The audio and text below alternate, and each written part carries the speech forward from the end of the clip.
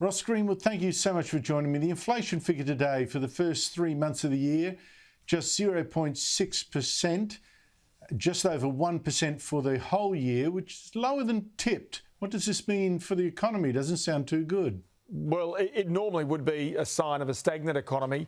In this case, what it means is that the Reserve Bank will continue with its policy of printing a lot more money and putting more money into the economy, stimulating the economy, if you like. But at the same time, also, what it means is that interest rates are likely to be lower for longer. If there'd been an outbreak of inflation in this number, it's highly likely that, number one, our dollar would have risen, long-term interest rates would have risen on money markets, and that would have been a genuine sign that something could have changed. Say, for example, the Bank of Canada, its central bank, has basically wound back some of its economic stimulus.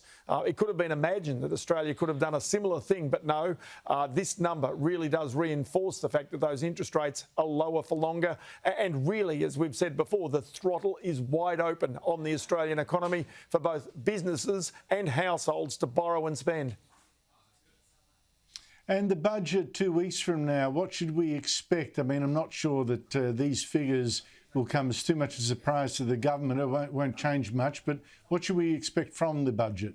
Well, bear in mind that the budget is going to be in significantly better shape than what the government could have ever dreamt about. Not only have they just picked up in the last quarter something like $26 billion of extra revenue from booming iron ore prices and record shipments of iron ore, but on top of that, there are more people in work than they ever anticipated. And remember that the government collects around half of its revenue from PAYE taxpayers. We're quite unusual in this regard compared with other countries that collect more money from indirect taxes, say a GST, or indeed from companies. We collect most of it from households and individuals. So the more people you get into work, the more money that the government gets through its coffers and the less money it has to spend effectively in welfare. And this is the reason why you will find in this budget it'll be about childcare to get more women into the workplace. And effectively, most families now in capital cities need two incomes to be able to afford mortgages, but also why you'll see more stimulus to companies in particular to try and spend more money to invest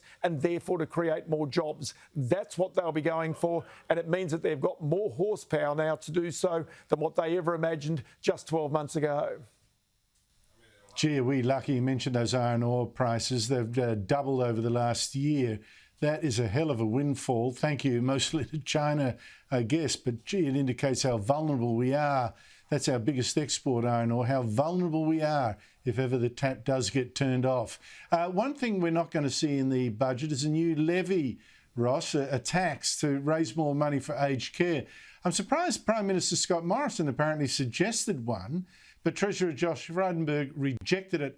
Morrison today wouldn't comment. Here he is. The budget's in May, so all decisions taken by the government are taken together, and I can assure you that the Treasurer and I always move as one. Ross Greenwood, I don't know, is it a bit of a worry that Scott Morrison was already looking for a new tax? So we're relieved that Josh Frydenberg is apparently his own master.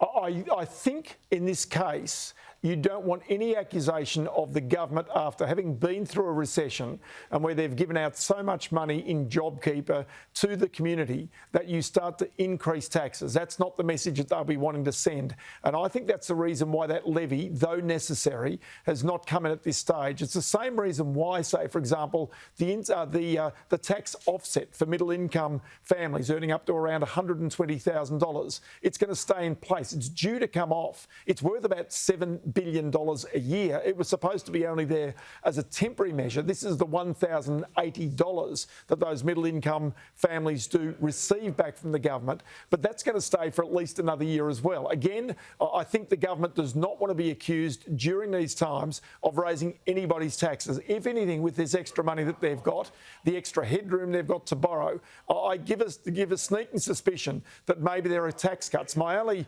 caveat there would be, Andrew, we're not close enough to an election, I don't think yet, for the government to be handing out the tax cuts that they might otherwise need if they're going into an election period.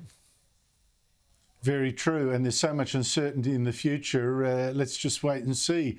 Ross Greenwood, thank you so much indeed for your time. Quite okay, Andrew.